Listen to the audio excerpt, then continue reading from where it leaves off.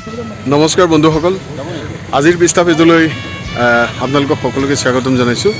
মই আজি উপস্থিত আছোঁ জনভূমি কাকত গোষ্ঠীৰ সমীপৱৰ্তী আৱাস নামৰ এই গেষ্ট হাউচটিত। ইয়াতে আছে জনতাৰ শিল্পী মহেন্দ্ৰ হাজৰিকা আৰু আমাৰ যোৰহতীয়া জনতাৰ শিল্পী যোৰহাটৰ মানে আপোনাৰ জয়ন্ত নাথ ডাঙৰীয়া আছে।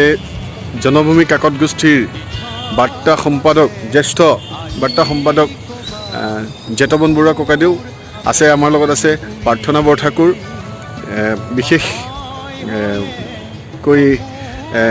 শিল্পী।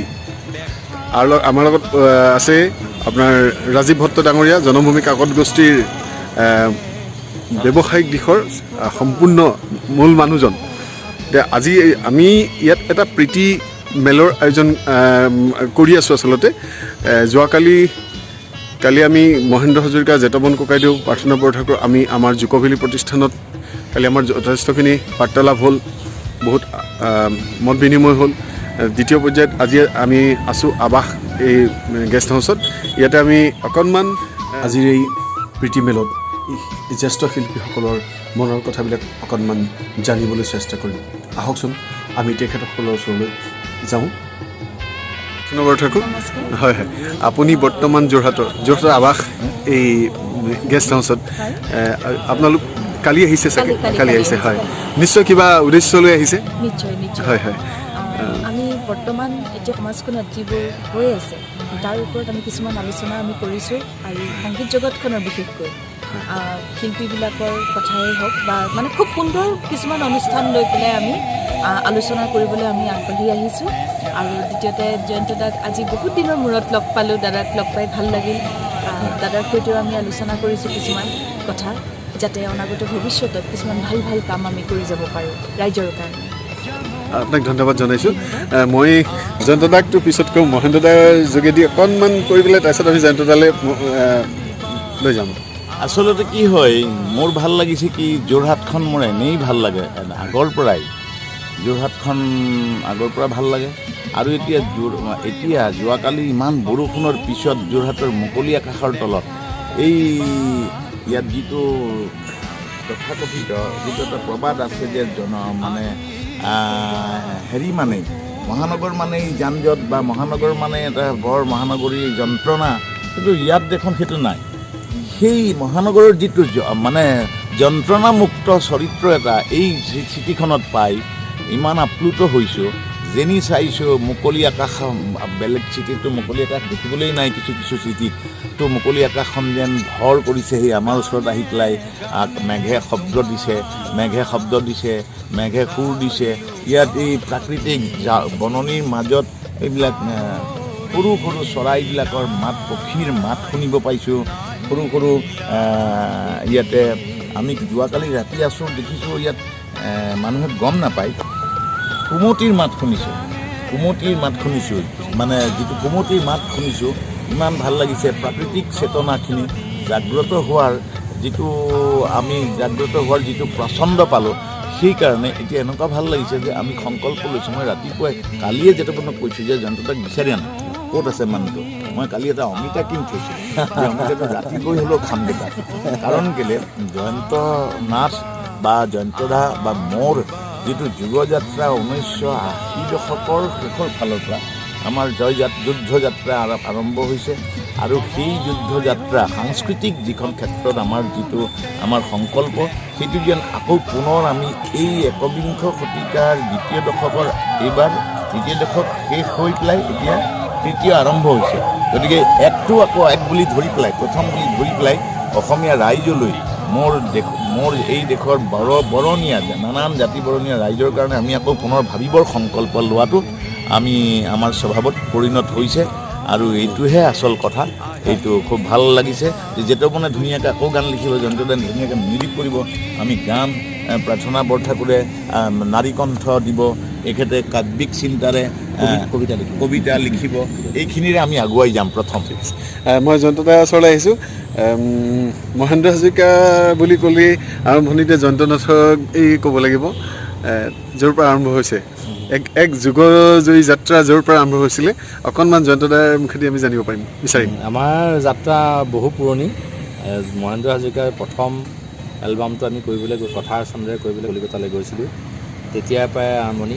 মহেন্দ্ৰক মই তেতিয়াই পাইছিলোঁ। আমি এখন ছবি কৰি আছিলোঁ, অসমীয়া চলচ্চিত্ৰ বৰদৈচিলা বুলি, তেওঁলোকৰ ঘৰৰ ওচৰৰ গাঁৱতে, শিৱসাগৰ চাৰিঙৰ বেজগাঁও বুলি কয়। তাতেই মই তাতেই লগ পালোঁ। মই লগ পাই সেই দিনতে আমি ঠিক কৰিলোঁ আমি এটা এলবাম কৰিম।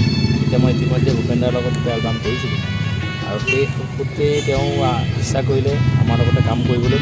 আমি তেতিয়া একেলগে গৈ কলিকতাত কেইবাটাও কেছেট কৰিলোঁ, তাৰপিছত অসমতো কেইবাটাও কেছেট কৰিলোঁ। প্ৰায় প্ৰথমৰ 10টামান এলবামে আমি একেলগে কৰিছিলোঁ। হয়, গতিকে সেইখিনি গীত এতিয়া মই শুনাত আজিও সেই গীতবোৰ জীৱনীয়া হৈ আছে। এতিয়াও ৰাইজৰ মুখে মুখে সেইখিনি গীত আছে। মহেন্দ্ৰ হাজৰিকা বুলি ক'লেই মই সেইখিনি গীতেই প্ৰথম আওৰাই মানুহে। গতিকে তেনে মনত ৰাখিছে সেইখিনি চিৰযুগমীয়া গীত। গতিকে আজি বহুত দিনৰ কষ্টও কৰিলে, জয়ন্তদাই বহুত কষ্টও কৰিছে তেতিয়া সেই সময়ত। তাৰপিছত আজি বহু দিনৰ মূৰত আকৌ মহেন্দ্ৰ যোৰহাটলৈ আহিয়ে মোক মাতিলে। আজি আহিলে বেলেগ পালে কিছু কথা ক'লে, কিছু তেওঁৰ আকাংক্ষা সপোন কিবা কিবি আছে, গানৰ সপোন লৈ আৰু ৰাইজৰ কাৰণে কিবা কিবি কৰাৰ চেষ্টাও কৰিছে। সেইখিনি সকলো বৰ্ণনা কৰি ক'লে আমাক। আমিও ভাল পাইছোঁ। আমি আছোঁ, আমি ইয়াতে ৰাইজৰ লগতেই কৃষ্টি সংস্কৃতিৰ লগত জড়িত হৈ আছোঁ ইমান দিনে, আৰু আকৌ আমি কৰি যাম এইবিলাক। মই ভাল পাইছোঁ। মহেন্দ্ৰ ইমান দিনে পালোঁ, মহেন্দ্ৰকো পালোঁ, প্ৰাৰ্থনাকো পালোঁ, একেলগে জেতবনো গোট খালে, অনন্ত আজি আমাৰ ৰাজীৱ ভট্ট গোটেইখিনি গোট খালোঁ, গোট কথা বতৰা হৈছে। সেইকাৰণে আমি ভাল লাগিছে বহুত দিন। আজি প্ৰীতিমেলৰ এটা বিশেষ উদ্দেশ্য আলোচনা কৰি থকা হৈছে, অকণমান আচলতে কি হয়, তো গানৰ সপোন লৈ, গানৰ সপোন হ'ল জনতাৰ সপোন, মানুহৰ প্ৰাণৰ সপোন। গানৰ সপোন হ'ল মানুহৰ প্ৰাণৰ সপোন। যি সপোন লৈ শৈশৱতে সেই গানৰ সপোনেৰে খেলি উমলি আহি 80 দশকৰ সেই শেষৰ ভাগত, প্ৰায় শেষৰ ভাগত ভূপেনদাক নেদেখাকৈয়ে যেতিয়া মই একলব্যৰ দৰে গান শিকিছিলোঁ, শিকি ভূপেনদাৰ গানবিলাকেই হওক বা যিকোনো গান, মই সকলোৰে গান শুনো, সকলোৰে গান শুনা মই অভ্যাস, সকলোৰে গান ভাল পাওঁ, ভাল মননশীল গানবিলাক মই শুনি ভাল পাওঁ। সেই চেতনাৰে আহি এটা সময়ত আমগুৰিৰ ৰবীন্দ্ৰৰ ঘৰৰ পৰা যাত্ৰা আৰম্ভ কৰিছিলোঁ। মোৰ আইলামুখৰ গাঁৱৰ পৰা যাত্ৰা আৰম্ভ কৰিছিলোঁ। মই বিচাৰি ফুৰিছিলোঁ কি ধৰণে মই কলিকতাত কাম কৰিম। তেনেধৰণে হওঁতে সেই সময়ত অডিঅ' কেছেটৰ যেতিয়া যুগযাত্ৰা আৰম্ভ হৈছে, যেতিয়া খলপানী হৈছে যেনি তেনি, সময় পোৱা দিয়াই শৰাইঘাট বা আকৌ শৰাইঘাট ইত্যাদি সময়ত সেই জয়ন্ত নাথকে মই বিচাৰি পালোঁ।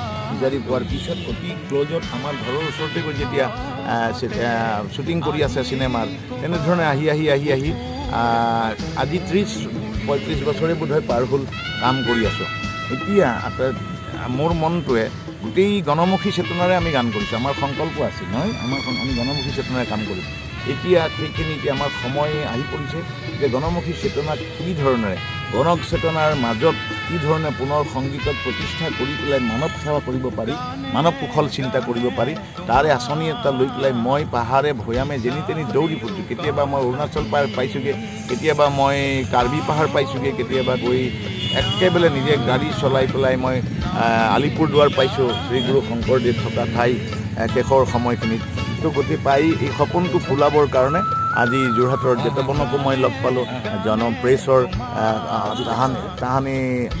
তাহানি দিনৰ পৰা কষ্ট কৰা, আমাৰ কাব্য চেতনাৰে জাতিক জীয়াবৰ চেষ্টা কৰা ৰাজীৱ ভট্টাচাৰ্য ডাঙৰীয়াক পালোঁ। এই আমাৰ সৌভাগ্য। অলেখ সপোন লৈ পেলাই এটা সপোনৰ পূৰ্ণতা বিচাৰিছোঁ, অলেখ সপোন লৈছোঁ, এটা সপোনৰ পূৰ্ণতাৰে আৰম্ভ কৰিম বুলিয়ে আমাৰ এই জয়যাত্ৰা। আপোনাক ধন্যবাদ জনাইছোঁ। জেতাবন ককাইদেউৰ ওচৰলৈ আহিছোঁ। অনন্ত, বিশেষকৈ তোমাক ধন্যবাদ। তুমি কালিৰ পৰাই নহয়, তুমি আজি প্ৰায় এবছৰ ধৰি তুমি মহেন্দ্ৰ হাজৰিকা বন্ধুক লগ দি আহিলা। সেইটো বৰ ডাঙৰ কথা। তুমি প্ৰাণপণে ভাল পোৱা তেখেতেও তোমাক ভাল পায়। কালি সেইকাৰণে আমি মিলিত হৈছিলোঁ, আজি পুনৰ মিলিত হৈছোঁ। আচলতে মহেন্দ্ৰ হাজৰিকা মোৰ দৃষ্টিত এজন জনতাৰ শিল্পী। যেনেকৈ মই ভূপেনদাক ভাল পাইছিলোঁ, তাৰপিছত টগৰদা, মহিবুদ্দিন আবেদনক ভাল পাইছিলোঁ। তেওঁলোক গণশিল্পীৰ তালিকাত পৰে। মই কালি তেখেতক কৈছোঁ, মহেন্দ্ৰ ককাই, যে আপুনি সেই বিপ্লৱী সত্তাটো সদায় জীয়াই ৰাখিব লাগিব। মই কৈছোঁ আপুনি বিপ্লৱী সত্তাটো সদায় জীয়াই ৰাখিব লাগিব, তাৰ মাজত আপুনি যি লিখিছে সেইটো বেলেগ কথা। তাৰপিছত তেওঁ এষাৰ ক'লে, কিন্তু মই এই কথা এতিয়া নকওঁ। তেওঁ কৈছে যে যুগ সাপেক্ষে আমি যাব লাগিব। মই কৈছোঁ যুগ সাপেক্ষে আপুনি যাব লাগিব, কিন্তু তাৰ মাজত মই বিপ্লৱী সত্তাটো আপোনাৰ অৰিজিনেল, আপোনাৰ উৎসটো হ'ল আপুনি বিপ্লৱী। ঠিক তেনেকৈ জয়ন্ত দা এজন বিপ্লৱী সত্তা। তেওঁলোকে কম্প্ৰমাইজ নকৰে সাধাৰণতে, হয়, কম্প্ৰমাইজ নকৰা শিল্পী। তেওঁলোকে কেতিয়াও কিনিব নোৱাৰে আমাক, জাতিৰ কাৰণে আমি আপোচবিহীন হৈ থকাটো আমাৰ সংকল্প হয়। তো এই কাৰণেই এই মহেন্দ্ৰ ককাইক মই ভাল পাওঁ, জয়ন্ত ককাইক ভাল পাওঁ। জয়ন্ত দা আপোচবিহীন এজন শিল্পী, সদায় ৰাইজৰ কাৰণে খাটি আহিছে। প্ৰচাৰ নিবিচৰা দেই কোনো দিন। জয়ন্ত দাই কেতিয়াও প্ৰচাৰ বিচৰা নাই, কিন্তু জয়ন্ত দা এজন অক্লান্ত শ্ৰমিক, কাম কৰি ভাল পায়। তেওঁ মোৰ মোটামুটি কিমান গান জয়ন্ত দাই কৰিছে, শতাধিক গান জয়ন্ত দাই মোক সুৰ কৰিছে। আৰু জয়ন্ত দা এনেকুৱা এজন শিল্পী, তৰিত বহাৰ মাজতে চাহ একাপ খাওঁতেও সুৰ কৰিব পাৰে। ঠিক তেনেকৈ এই মহেন্দ্ৰ হাজৰিকা তেনেকুৱা এজন শিল্পী, পলে পলে সাংস্কৃতিক নগৰী যোৰহাট, সাংস্কৃতিক নগৰী এতিয়া মহানগৰী হ'বলৈ গৈ থকা যোৰহাটখন ভোগদৈপৰীয়া বাসীয়ে কলিজাৰ বাখৰত আখৰে আখৰে লিখিব জানে সংগীতৰ নমুনা, সংস্কৃতিৰ নক্সা। ৰাজীৱ দাৰ পৰা অকণমান আজি পৃথিৱীলৰ অকণমান কিবা এটা জানিব বিচাৰিম। আপুনি কওক। খুবেই বেছি ভাল লাগিছিলে। আমি অকণমান দেৰি আগতে যেটাবনে মোলৈ ফোন কৰিছিলোঁ, যেনেকৈ দাদা আহিব, মহেন্দ্ৰ দাদা আহিব, অকণমান লগ পাম। কিন্তু এটা ইতিমধ্যে গম পাইছোঁ যে ইয়াত এটা মাৰাত্মক কাম এটা ভিতৰত আৰম্ভ হ'বলৈ ধৰিছে। কিন্তু এইখিনি উকমুকনি আজি দেখিলোঁ, খুবেই ভাল লাগিলে। এতিয়া খালি এই বাইদেউকো আগতে মই লগ পোৱা নাছিলোঁ, বাকী দাদাকো লগ পোৱা নাছিলোঁ। ভাবিছোঁ খুব সোনকালে ভাল কাম কিছুমান ওলাব, সংগীতকে আদি কৰি কিছুমান। যেতিয়া তেওঁলোকে চেতনা এটা লৈ ওলাই আহিছে, মই ভাবিছোঁ যে এই চেতনা কিন্তু এটা সাংঘাতিক এটাকে জাগ্ৰত। অলপতে মুক্তি পাইছে আপোনালোকৰ গামখাৰু, অকণমান গামখাৰু ধুনীয়া। সেইটো আচলতে অসমবাসীৰ ৰাইজলৈ ভোগালীৰ উপহাৰ দিয়া হৈছে। আৰু দাদাৰ বহুত পুৰণা তাহানিতে ৰাইজে মৰম কৰি থোৱা বহুত গান, বিহু গান কিছুমান, সেইবিলাকো তাৰ লগত আমি সংগত ৰখা হৈছে। সেইটো অকণমান গাই দিওঁ। দাদা যাম। ও গামখাৰু ধুনীয়া, ও গাম ধুনীয়া,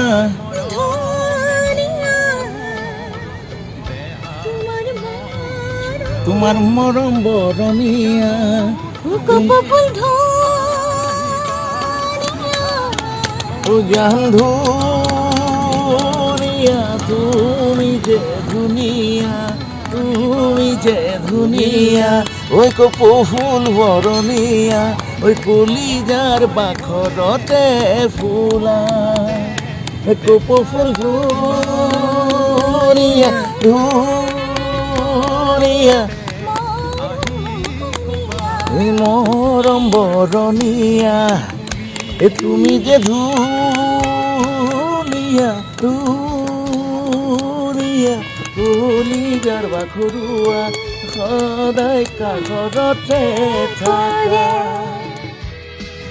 জয়ন্ত দা আৰু মহেন্দ্ৰ দা দুয়োৰে অকণমান একেলগতে এটা কণ্ঠ বিচাৰিছোঁ।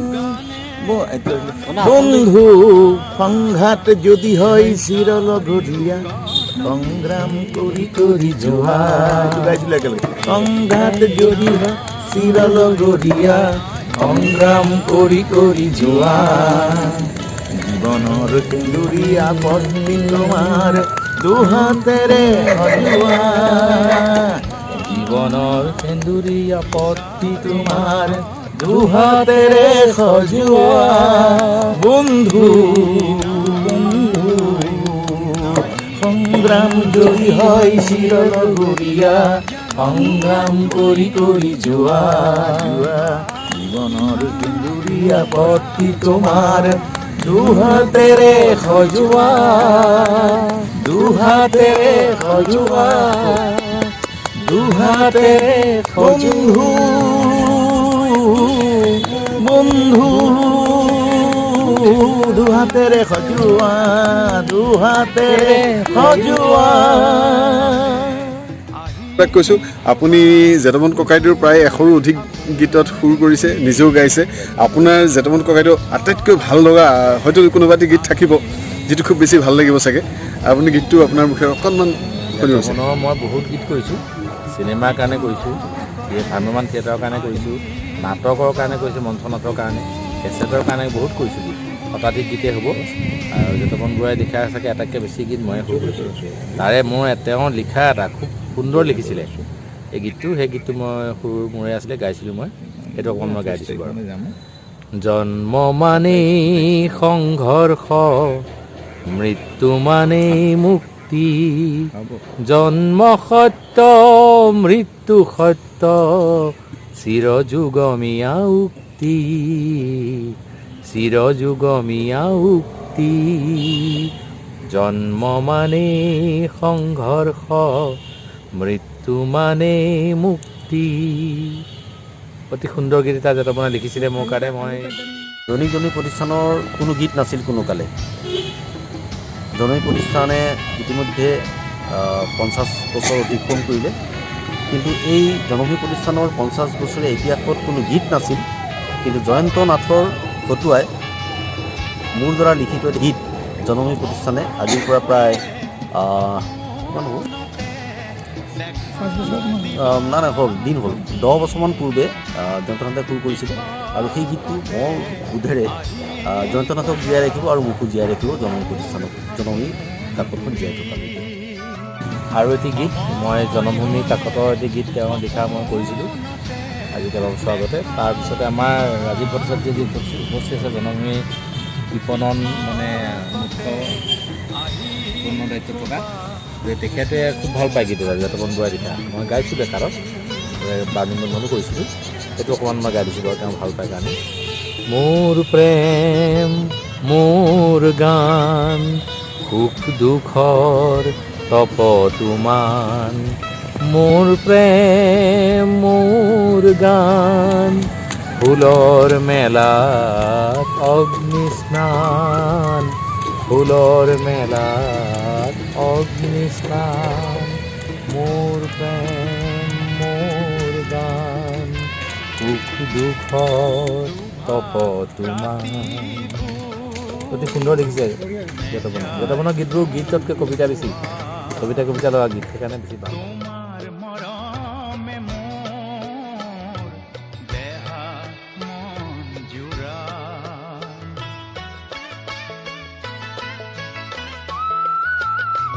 দুভাগ ৰাতি